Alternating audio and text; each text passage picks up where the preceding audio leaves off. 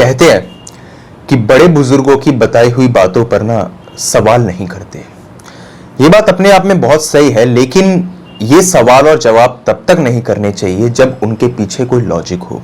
अगर आप किसी बच्चे को एक रीजन नहीं बताएंगे ना कि आखिर इस चीज से क्यों रोका जा रहा है, तो उसका जो क्यूरियस माइंड है वो डेफिनेटली इसके पीछे जानना चाहेगा। आज की कहानी भी एक ऐसे ही शख्स के बारे में है जिसके साथ में बचपन में और जवानी में एक ऐसा हादसा हुआ जिसने उसकी जिंदगी को पूरी तरह से पलट के रख दिया। बचपन में तो खैर फिर भी उसको रोक दिया गया उस काम को करने से, लेकिन रीजन नहीं बताया गया कि आखिर उस बंद दरवाजे का राज क्या है। लेकिन जवानी में जब वो राज खुला तो यहां पर उसके होश उड़ गए। तो क्या है पूरा मामला, ये मैं डिटेल में आपको बता देता हूं। कहानी है राज की, और ये कहानी शुरू होती है 1983 से। 1983 की बात है। उस वक्त पे राज की उम्र रही होगी कुछ 6-7 साल के आसपास, समझ लीजिए 77-76 का डेट ऑफ बर्थ रहा होगा उनका। उस वक्त पे राज जो थे वो शहर में रहा करते थे। वो बिलोंग करते थे यहाँ पर इंदौर से। इंदौर में वो रहते थे और कभी कभार उनका ऐसा रहता था कि इधर महाराष्ट्र में उनकी जो थी खानदानी प्रॉपर्टी थी, तो उधर आना जाना लगा रहता था। और जब शहर की इधर आबो हवा से बोर हो जाते थे वो, या फिर कह सकते हैं कि थोड़ा सा भी वक्त अगर घर वालों को मिलता था तो वो लोग वापस अपने गांव महाराष्ट्र में चले जाया करते थे। महाराष्ट्र में एक छोटी सी जगह थी, वहां पर उनका गांव था। ठीक है, वहां पर उनका बहुत बड़ा घर, और उस घर के आसपास उनके पास में कैटल वगैरह भी थी, मुर्गियां वगैरह भी पाल रखी थी। और आपने सुना ही होगा अक्सर जो लोग शहर में रहते हैं जिनके गांव में जमीनें नहीं होती, तो गांव वाले लोग ये बात बोलते हैं, भाई गांव में जो आबो हवा है वो बहुत अच्छी है और हमारा इतना बड़ा घर है और ये सब कुछ है। उनका भी ऐसा ही था, घर बहुत बड़ा, फार्म उससे भी बड़ा। एक चीज राज ने बचपन में नोटिस करी थी जो बहुत अनयूजुअल थी, और वो चीज थी कि एक उनके मकान के साथ में कुटिया थी। उस कुटिया के आसपास कोई नहीं जाता था। मकान की साफ सफाई होती थी, सब कुछ होता था, लेकिन कुटिया की कोई साफ सफाई नहीं करता था। और उसके आसपास पूरी एक बाउंड्री बना दी थी, सीधी एक रेखा थी कि गलती से भी कोई कैटल वगैरह हो गई, कोई मुर्गी वगैरह हो गई, या बच्चे वगैरह खेलते कूदते वहां पर ना चले जाए। कई बार राज ने अपने पिता से इसके बारे में पूछा कि आखिर ये मामला क्या है, क्यों ये घर जो है ये ऐसे बंद पड़ा हुआ है। उन्होंने कहा, बेटा एक बात याद रखना, इस घर की तरफ मुड़ करके भी कभी देखना मत, भूल जाओ इस तरीके का कोई घर यहां पर है भी, तुम्हें सिर्फ यहां रहना है, इसको पूरी तरह भूल जाओ। राज ने कहा, वो बात तो ठीक है पापा, लेकिन आप बताइए तो सही आखिर बात क्या है। राज के फादर ने उसको डांट दिया और कहा, मैंने कहा ना तुझको, तू उसके बारे में बात नहीं करेगा, मतलब नहीं करेगा, चुपचाप यहां खेल, और अगर ज्यादा तू यहां पर हुड़दंग फैलाएगा तो हम लोग वापस जा रहे हैं इंदौर। उसने कहा, नहीं नहीं नहीं, मैं ऐसा नहीं करूंगा, आपने कह दिया ना, अब मैं उसके बारे में पूछूंगा नहीं। बच्चा ही था, डर गया वो। कुछ यहाँ पर 1 हफ्ते वो लोग रहे उधर, और कुछ भी अजीबोगरीब नहीं हुआ। लेकिन एक सवाल उसके मन में हमेशा से था कि आखिर उस घर का राज क्या है। इतना छोटा सा घर और इतना गंदा वो पड़ा हुआ है, ऐसा है क्या। ऐसा नहीं था कि उस घर में से कोई आवाजें आ रही हो, कोई औरत या कोई आदमी उसको झांक रहा हो, या उसको सपनों में कोई दिखाई दे रहा हो, नहीं, ऐसा कुछ नहीं था। लेकिन घर तो उसको जाना था, और ये चीज देखनी थी कि आखिर मामला है क्या। मम्मी से पूछ लिया, अपनी दादी से पूछ लिया, अपने दादा से पूछ लिया, सबने मना कर दिया। पड़ोसियों को इसके बारे में ज्यादा कुछ पता था भी नहीं, और बहुत जो पुराने लोग थे उस गांव के, उनको थोड़ी बहुत नॉलेज होगी तो होगी, लेकिन वो लोग भी इस बात को फैलाते नहीं थे कि आखिर इसका सीक्रेट क्या है। राज जो था, फाइनली एक रात को कुछ 2-2:30 बजे जब घर के सब लोग सो गए, वो उठा और उठ करके उस घर की तरफ चल पड़ा। घर का जो गेट था वो बहुत यूनिक था। बात क्या थी कि वो तो कुटिया थी, लेकिन जो गेट था ना वो इतना मजबूत था कि उसको खोला नहीं जा सकता था, किसी भी तरीके से उसको नहीं खोला जा सकता था। राज ने की होल से घर के अंदर झांका तो उसे कुछ भी दिखाई नहीं दिया, सिर्फ एक अंधेरा था और कुछ नहीं। लेकिन जैसे ही वो और ध्यान से उसको देखने लगा, इतने में उसको एक आंख दिखाई दी, और वो एक आंख जो थी वो एक आम इंसान की आंख से काफी बड़ी थी। वो आंख जो थी वो पूरी तरह से सफेद थी, और वो आंख एक बार झपकी और अचानक से गायब। उसे समझ आ चुका था कि अंदर कोई शख्स यहां पे बंद है। उसे लगा आखिर ये चीज क्या है। भूत प्रेत का ख्याल उसके मन में आया भी नहीं था, क्योंकि उसके घर वाले जो थे ना वो कभी भी इस तरीके की बातें डिस्कस करते ही नहीं थे कि भूत प्रेत होते हैं या आप हनुमान चालीसा बहुत ज़्यादा पढ़ो तो ये सब चीज़ें जो हैं ये दूर हो जाएंगी, ऐसी बातें नहीं होती थी घर में आमतौर से। तो उसको इस चीज़ का ख्याल आया ही नहीं। 6-7 साल का महज वो था ही। उसने ये सोचा कि आखिर मैं इस गेट को तोड़ूं कैसे, किसको वो बुलाए और किससे वो बात करे कि भाई इस गेट को तोड़ दो। अगर तोड़ने वो जाएगा तो माँ बाप पे बात चली जाएगी। वो यही सब सोच रहा था। इतने में अंदर से एक खटखट नॉक नॉक की आवाज आई। जैसे ये नॉक नॉक की आवाज आई वो एकदम से रुक गया। उसने सोचा आखिर ये अंदर शख्स है कौन, और ये है भी तो 1 हफ्ते से आवाज मुझे आई क्यों नहीं। वो पलटा। इतने में एक औरत की बहुत ही सुरीली आवाज उसके कानों में पड़ी। उसने कहा, राज मुझे खोल दो। तुम्हें चॉकलेट बहुत पसंद है ना, मैं तुम्हें चॉकलेट लाके दूंगी। तुम एक बार मुझे खोल दो। तुम्हें कुछ नहीं करना, बस इस गेट को थोड़ा सा धक्का मारो और बाहर से इसको खोलने की कोशिश करो। बाहर तो ताला लगा था लेकिन वो खोलता कैसे। उसको लगा चाबी भी घर वालों के पास में ही होगी। उसी रात में उसने पूरा घर छान मारा। बहुत बड़ा घर था, लेकिन जानते होंगे आप लोग कि गांव में घर बड़े बड़े होते हैं, सामान ज्यादा होता नहीं। तो उसको वो चाबी इजीली मिली गई और उसको अपने बड़े घर के एक कोने में वो चाबी पड़ी हुई मिल गई, टंगी हुई थी। वो वहां से वो उठा करके लाया। 3-4 चाबियां थी, सबको ट्राई कर लिया। एक ना एक से खुल ही गया क्योंकि ज्यादा उनके पास में चाबियां थी भी नहीं। उसने गेट खोला। जैसे उसने गेट खोला उसको एक बहुत ज्यादा तेज बदबू का एहसास हुआ। शायद घर बंद था इसलिए ऐसा उसको लगा। और एक साया अचानक से उसके ऊपर से यहां पर चला गया। उसको दिखाई दिया था कि वो साया ही था, कोई परछाई सी थी जो उसके ऊपर चली गई। उसके बाल अचानक से हिले और सब कुछ नॉर्मल हो गया। डर वो गया था ही। उसने यहां पर गेट को बंद किया और आकर के चुपचाप अपने कंबल में सो गया। अगले दिन घर में कोहराम मच गया। घर वालों को यह बात समझ नहीं आ रही थी कि आखिर ये गेट खोला किसने, क्योंकि जो उसकी दादी थी ना उनको यहां पर वो औरत दिखाई दे रही थी। अब वो औरत कौन थी ये मैं आपको आगे बताऊंगा जरूर। वो औरत दिखाई उनको दे रही थी और वो लगातार ये बोल रही थी कि तेरे परिवार का मैं सर्वनाश कर दूंगी, पूरा परिवार तबाह मैं कर दूंगी, तू बचा नहीं सकती इनको। ये उसने बोला और वो औरत जो थी उसकी दादी के पीछे पड़ गई। दादी ने बस यही बात बोली, ये गेट किसी ना किसी ने खोला है, कोई गांव में ही है जो हमसे जलता है। किसी का भी ख्याल इधर राज के तरफ नहीं गया क्योंकि राज ने सिर्फ एक ही बार इसके बारे में पूछा था, उसके बाद में उसने पूछा भी नहीं। अब बच्चे जो अपने मन की भावना होती है ना उनको बहुत ज्यादा दबा करके भी रखते हैं, तो उसने कभी बताया भी नहीं इसके बारे में कि आखिर मामला था क्या। दादी जो थी वो अचानक से यहाँ पे बहुत अजीबोगरीब ट्रेड्स शो करने लगी। राज को देखते हुए वो बहुत ही घिनौनी तरीके से मुस्कुराती और कहती, पहले इसे मारूंगी और फिर इसके बाप को, इसकी मां को, और फिर अपनी तरफ इशारा करके कहती मतलब खुद को। ये सब कुछ वो बोलती। यहां पे पंडितों वगैरह पर जाना सिर्फ बकवास की बात थी। कोई भी उस औरत को यहां से अलग नहीं कर सकता था। सिर्फ एक तरीका था उस औरत को बांधने का और वो था बलि, यानी कि कोई शख्स अपनी मर्जी से अपनी खुद की जान दे दे तो यहां पर वो जो कर्स है या फिर वो जो औरत है उससे छुटकारा पाया जा सकता है और उसको वापस बांधा जा सकता है। दादी ने यहां पर अपने हाथ की नस काटी और वो मर गई। ये चीजें जो थी ना राज को बाद में मालूम चली। राज के सामने नहीं हुई थी ये, राज को इसके बारे में बाद में पता चला जब वो बड़ा हो गया था, कुछ 20-22 साल का, क्योंकि दादी की अचानक से डेड बॉडी मिली थी उसको। तो उसके पापा ने ये बात उसको मरने से पहले बताई थी कि ये सब कुछ हुआ था। ऑल्दो कभी राज ने ये नहीं बताया था कि मैंने ही वो गेट खोला था। दादी ने अपना खून यहां पर दे दिया, कह सकते हैं अपनी जान यहां पर दे दी। उसके बाद में उस गेट को वापस बंद कर दिया गया और उसके बाद कभी कुछ नहीं हुआ। दादी के जाने के बाद में भी कई बार उस घर के अंदर लोग आए लेकिन कभी भी उनको कुछ अजीब फील नहीं हुआ। कहानी शायद यहां पे खत्म हो सकती थी लेकिन कहानी इतनी सीधी थी ही नहीं। दादी की मौत हो गई। साल 1983 से बात पहुंच गई 2010 तक।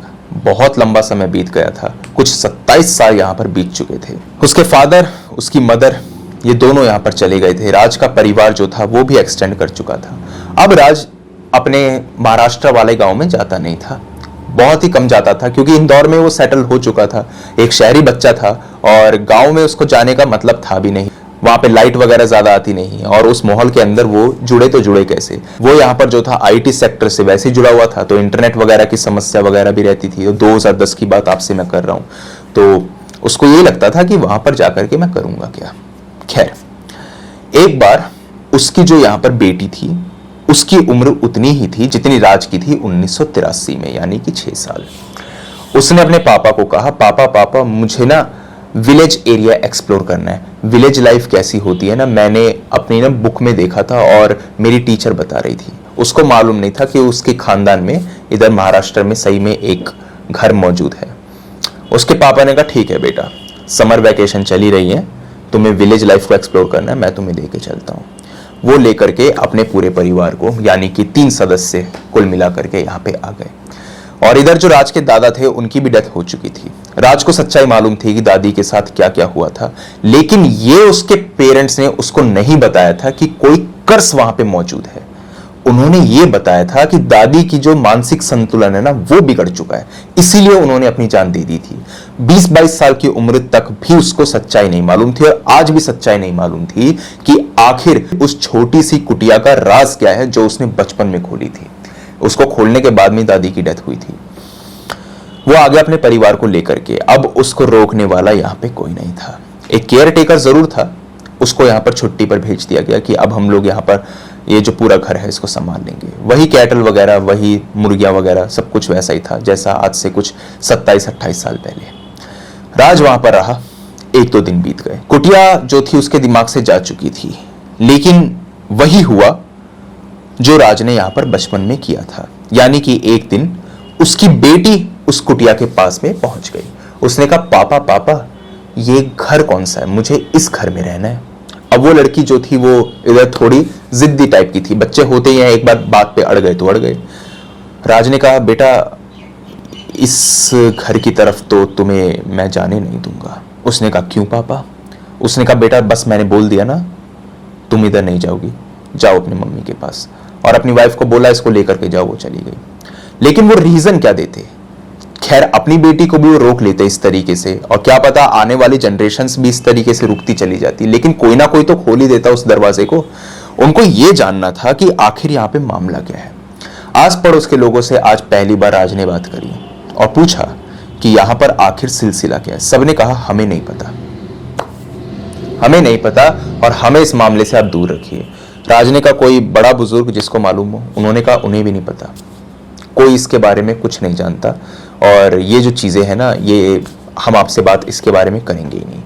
राज के एक दोस्त थे बचपन से ही, तो उनसे वो सारी बातें डिस्कस किया करते थे, और ये बातें जितनी भी मैं आपको बता रहा हूं ये उन्होंने अपने दोस्त को बताई थी। तो यहां पर राज ने सोचा एक बार मैं इस गेट को खोल करके देखता ही हूं कि आखिर यहां पे मामला क्या है। क्यों मेरी दादी जो थी वो ऐसे मर गई थी, वो अचानक से कैसे पागल हो गई? गेट खुलने के अगले दिन ही वो मर गई, उससे पहले तो वो ठीक थी। आज उसका दिमाग स्टेबल था, वो समझ सकता था इन सब बातों को, लेकिन फिर भी कुछ अनसुलझे रहस्य थे जिनका जवाब उसके पेरेंट्स ने उसको कभी नहीं दिया। अब ये उसके पेरेंट्स की गलती है, क्योंकि अगर बच्चा बड़ा हो चुका है तो उसको बता देना चाहिए कि आखिर यहाँ पे मामला क्या है। उन्होंने कभी नहीं बताया। राज ने आज फिर से उस दरवाजे को खोलने का फैसला कर लिया। रात के करीबन करीब वही 2:30 बजे के आसपास उन्होंने उस दरवाजे को खोलना चाहा, यानी कि 27 साल बाद हिस्ट्री अपने आप को रिपीट कर रही थी। राज ने दोबारा से की होल से देखा तो वही सफेद आंख उन्हें दिखाई दी, और आज अंदर से एक आवाज आई, राज काफी बड़े हो गए हो तुम, मैं जानती हूं तुम्हारे मन में काफी सवाल है। दादी कैसे मरी, तुम्हारे माता पिता ने ये राज तुमसे क्यों छुपा करके रखा, ये सब जानना नहीं चाहते? एक बार मुझे मुक्त कर दो, और शायद मुझे बताने की जरूरत नहीं है कि वो चाबी कहां पर होगी। तुम्हारा घर है, जाओ ढूंढ आओ और एक बार मुझे खोल के देखो, मैं तुम्हें यहां पे माला माल कर दूंगी। वो चॉकलेट वाली बात जो थी वो पूरी नहीं हो पाई थी क्योंकि उससे पहले ही तुम यहां से चले गए, लेकिन आज मैं तुम्हें सचमुच माला माल कर दूंगी। विश्वास नहीं होता ना? विश्वास नहीं होता ना? ठीक है, एक काम करो, तुम्हारे वहां पर एक फलानी जगह पर वैकेंसी निकली थी जिसको तुमने ठुकरा दिया था, उससे कल बात करना और यकीन मानो तुम्हारी सैलरी आज की नौकरी से 28,000 रुपए ज्यादा मिलेगी। तब आकर के मुझे खोल देना, कोई जल्दबाजी की बात नहीं है। राज वहां से चले गए। उन्होंने सचमुच फोन किया और सचमुच उनको नई जॉब मिल चुकी थी। उन्होंने यहां पर सोच लिया रिजाइन कर देंगे और उस जगह पर ज्वाइन कर लेंगे। लेकिन उस शख्स को इन सब बातों के बारे में मालूम कैसे था? राज ने यही उससे पूछना चाहा कि तुम्हें ये कैसे मालूम? उसने कहा, मैं सब कुछ जानती हूं, तुम्हारी वेल विशर जो हूं, तुम्हारे घर परिवार की भी, लेकिन वो लोग ये बात समझते नहीं। तुम एक काम करो, मुझे एक बार आजाद कर दो। आजादी सबका हक है।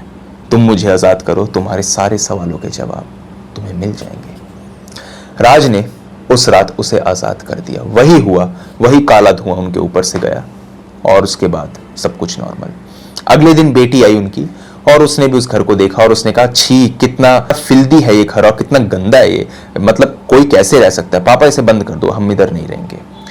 उसको बंद कर दिया गया। गांव में घर भी दूर दूर होते हैं तो वहां पर भी लोगों को मालूम नहीं था कि ये कुटिया जो है खुल चुकी है। उसके बाद में जो उनकी वाइफ थी, राज की वाइफ जो थी, उसने आकर के ये बात बोली, पहले तो मैं इसे मारूंगी, अपने आप को, फिर अपनी बेटी को और फिर तुझे। तुझे क्या लगा कि तू मुझे आजाद कराएगा और मैं चली जाऊंगी? जो तुमने मेरे साथ किया है उसका भुगतान तो तुम्हारी संतानें भी भुगतेंगी। ये उसने बोला और वो अपने बालों को लगातार यहां पे झटकने लगी, अपनी गर्दन को घुमाने लगी और अजीब अजीब तरीके से आवाजें निकालने लगी। जीभ को पकड़ के वो खींचने लगी और दांतों से उसको काटने की कोशिश करने लगी। राज ने अपनी बेटी की आंखों पे इधर हाथ रखा और कहा, बेटा आप दूसरे कमरे में जाओ। वाइफ जो थी वो लगातार अपने हाथ को इधर जमीन पे पटक रही थी। उसके बाद में राज को समझ नहीं आ रहा था कि वो क्या करे। पंडित वगैरह पर जाते तो वो तो पैसे उनसे लूट लेते। उनको मालूम था कि ये सब चीजें जो हैं ये बेकार की हैं, फिजूल की हैं। उन्होंने किसी डॉक्टर को यहाँ पे कॉल करी, कोई जानने वाला ही था उनके गांव के अंदर, तो उसको उन्होंने कॉल करी। वो आया, उसने स्लीप इंजेक्शन वगैरह दिया और कहा कि सब कुछ ठीक हो जाएगा, चिंता की बात नहीं है। जब स्लीप इंजेक्शन देने के बाद में वो सोई और अगले दिन वो जब उठी, यकीन मानिए उनका वजन कुछ 10 किलो यहां पे ड्रॉप हो चुका था सडनली। और ये चीज पॉसिबल थी ही नहीं। डॉक्टर खुद इस चीज को देख करके हैरान कि आखिर ये चीज मुमकिन कैसे है। उनकी बॉडी के ऊपर यहां पे नील पड़े हुए थे, उनके होठ जो थे वो कटे हुए थे, बीच बीच में से कटे हुए थे। और वो ये कह रही थी, वो औरत जो है ना, वो मेरे जिस्म के अंदर है और वो मेरे जिस्म को अंदर से खा रही है, लिटरली खा रही है। इसी के चलते मेरा शरीर 10 किलो यहां पे कम हो गया है।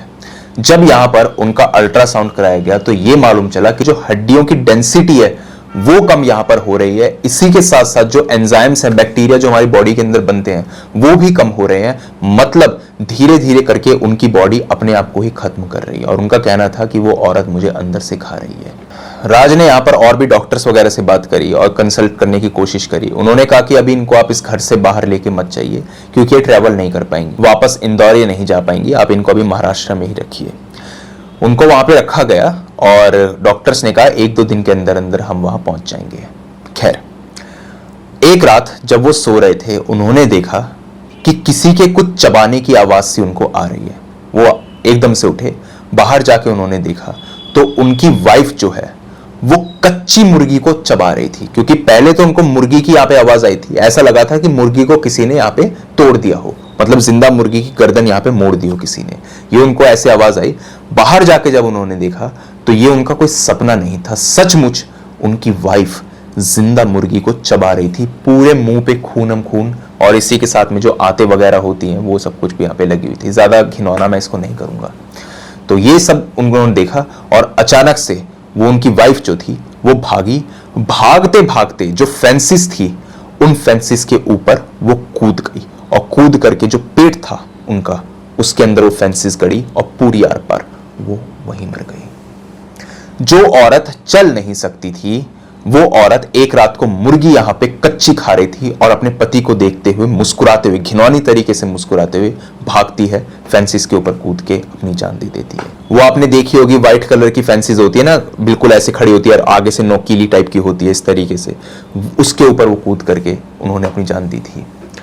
राज को समझ नहीं आया कि आखिर ये मामला था क्या। इतने में उनको एक औरत अपने पीछे खड़ी हुई दिखाई देती है। करीबन करीब 6.5 फीट की होगी वो।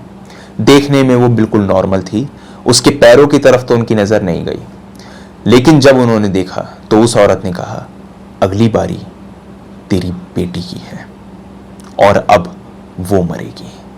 राज को समझ नहीं आया कि आखिर वो क्या करे। उन्होंने अपनी बेटी को उसी रात उठाया और उठा करके वो गांव में इधर उधर भागने लगे। किसी का उन्होंने घर यहाँ पे खटखटाया और उससे मदद मांगी, उसको सारी बात बताई। उसने कहा, देखिए एक शख्स है यहाँ पे, कुछ यहाँ पर 80-90 साल के होंगे, वो ज्यादा बात नहीं करते हैं, शायद उन्हें कुछ पता हो। उनसे उन्होंने बात करी और पूछा कि आखिर ये बात है क्या। तो उन्होंने बताया कि तुम्हारे खानदान के ऊपर एक कर्स है, एक श्राप है, और ये श्राप जो है ना, ये तुम्हारे दादा ने खुद अपने ऊपर मोला था।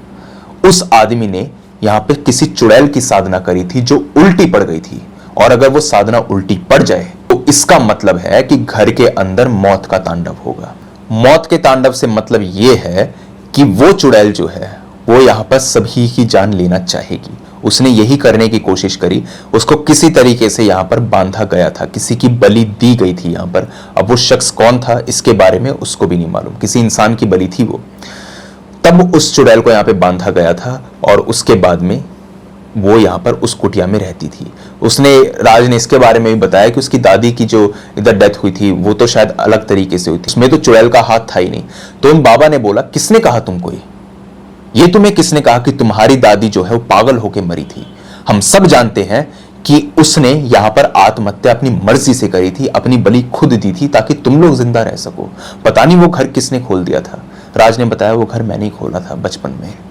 अब बचपन की बातें तो बचपन की रही, लेकिन वो शख्स भी ये बात जान करके हैरान था कि आखिर राज को इसके बारे में मालूम क्यों नहीं है, किसी ने इसके बारे में उसको बताया क्यों नहीं। अगले दिन गांव में यहाँ पर बैठक भी बैठी और बताया गया कि भाई कि आखिर तुमने इस आदमी की मदद क्यों नहीं करी। आकर के इसने पूछा था जब यहाँ पर कि इस घर का राज क्या है, तुमने बताया क्यों नहीं। तो उन्होंने यही बात बोली कि हमें लगता था कि वो कर्ज हमारे ऊपर ना जाए और हमने इसलिए बताया नहीं। बाबा ने यहाँ पे एक ही बात बोली, उस चुड़ैल को रोकना बहुत मुश्किल है और उसको सिर्फ एक तरीके से रोका जा सकता है, और वो है किसी की बलि, या तो तुम अपनी दो या अपनी बेटी की। अब ऐसा तो कोई करेगा नहीं कि कोई अपनी बलि खुद दे दे। राज इन सब बातों में मानते भी नहीं थे। उन्होंने कहा किसी को यहाँ पे बुलाया जाए, किसी को ढूंढा जाए जो यहाँ पे कुछ कर सके। उन्होंने कहा हाँ, एक शख्स है जिसको यहाँ पर बुलाया जा सकता है, लेकिन वो शख्स जो है यहाँ पर दिल्ली में रहता है और दिल्ली से यहाँ तक आने में उसको वक्त काफी लग जाएगा। उन्होंने कहा चाहे कुछ हो, मैं उसकी फ्लाइट वगैरह की टिकट वगैरह बुक करा दूंगा, वो फटाफट से आ जाएगा। उसको यहाँ पे कांटेक्ट किया गया, वो आदमी आ गया। उसने कहा ठीक है, मैं इसको यहाँ पर बांधने की कोशिश करता हूँ। पूरी तरीके से शायद ये बंध पाए ना, लेकिन फिर भी मैं इसको कोशिश करूंगा। उन्होंने यहाँ पे अपने मंत्र वगैरह पढ़े और ये भी कहा राज को कि तुम्हें भी यहाँ पर अपना थोड़ा सा ब्लड जो है वो इस पूजा के अंदर डालना होगा। तो हवन कुंड के अंदर राज ने सचमुच चक्कू से अपने हाथ को काटा था और थोड़े से ब्लड की जो बूंदे थी वो गिराई थी हवन कुंड के अंदर भी, ताकि इधर जो है सब कुछ शांत हो जाए।